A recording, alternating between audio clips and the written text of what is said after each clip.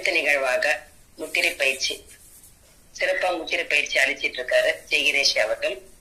ஜெய்கணேஷ் ஐயா அவர்களை முத்திரை பயிற்சி அளிக்க அன்புடன் கேட்டுக்கொள்கிறோம். வணக்கம். வணக்கம்மா.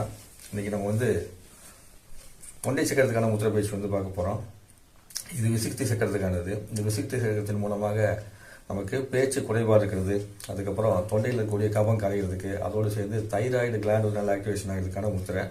இதை இந்த மார்கழி மாதத்தில் நீங்கள் பெருமாள் கோயிலுக்கு போகும்போதெல்லாம் இந்த முத்திரையை பிடிச்சி கூட அவரை வணங்கலாம். அப்படி வணங்கும்போது அது ரொம்ப பிடிக்குமாங்க. லட்சுமி தேவி பார்க்கும்போது முத்திரை பிடிச்சி வணங்கும்போது ரொம்ப பிடிக்கும். ஸோ அப்பேற்பட்ட தெய்வீக சம்மந்தப்பட்ட ஒரு முத்திரை இது. இதுக்கு பேர் சங்கு முத்திரைன்னு பேர். இது எப்படி பண்ணணும்னா, இடது கை விரலை இப்படி நீட்டி வச்சுக்கணும்.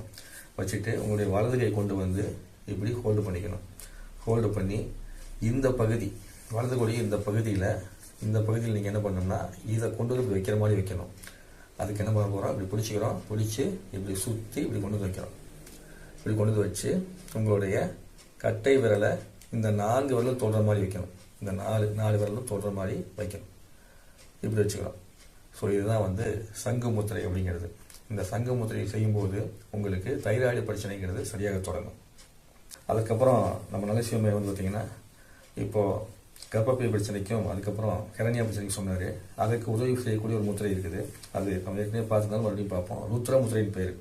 அந்த ருத்ர முத்திரைக்கு என்ன பண்ணுறோம்னா, நெருப்பு பூதம், அதுக்கப்புறம் மண் பூதம், அப்புறம் காற்று பூதம், இதை 3ஐயும் இணைக்கிறோம். அதாவது கட்டை விரல், ஆள்காட்டி விரல், மோதிரல் 3 இணைச்சி நடுவிரலையும் சுண்டு விரல் நீட்டிக்கிறோம். அதே மாதிரி 2 கையிலையும் இந்த மாதிரி வச்சு நீங்கள் அமர்ந்தீங்க அப்படின்னா, இந்த ருத்ர முத்திரை செய்யும்போது உங்களுக்கு இடுப்பு சார்ந்த பிரச்சனையிலிருந்து நிறைய மாற்றங்களை கொடுக்கும். அதுலேயே இது பார்த்தீங்கன்னா மூல பிரச்சனைக்கு அவங்களுக்குலாம் ரொம்ப அற்புதமான ஒரு ஆற்றலை கொடுக்கக்கூடிய முத்திரை இது. ருத்ர முத்திரையை செஞ்சுக்கணும். ஒரு பக்கம் சங்க முத்திரை, இன்னொரு பக்கம் ருத்ர முத்திரை. இந்த 2 முத்திரையும் செய்து தேக ஆரோக்கியத்துடன் நலமாக வாழ்ந்து வேண்டிக்கிறேன். நன்றி, வணக்கம். குருவே நம, தந்தையை நம. இந்த வாய்ப்பினை அளித்த அனைவருக்கும் நன்றி. நன்றிங்க ஐயா.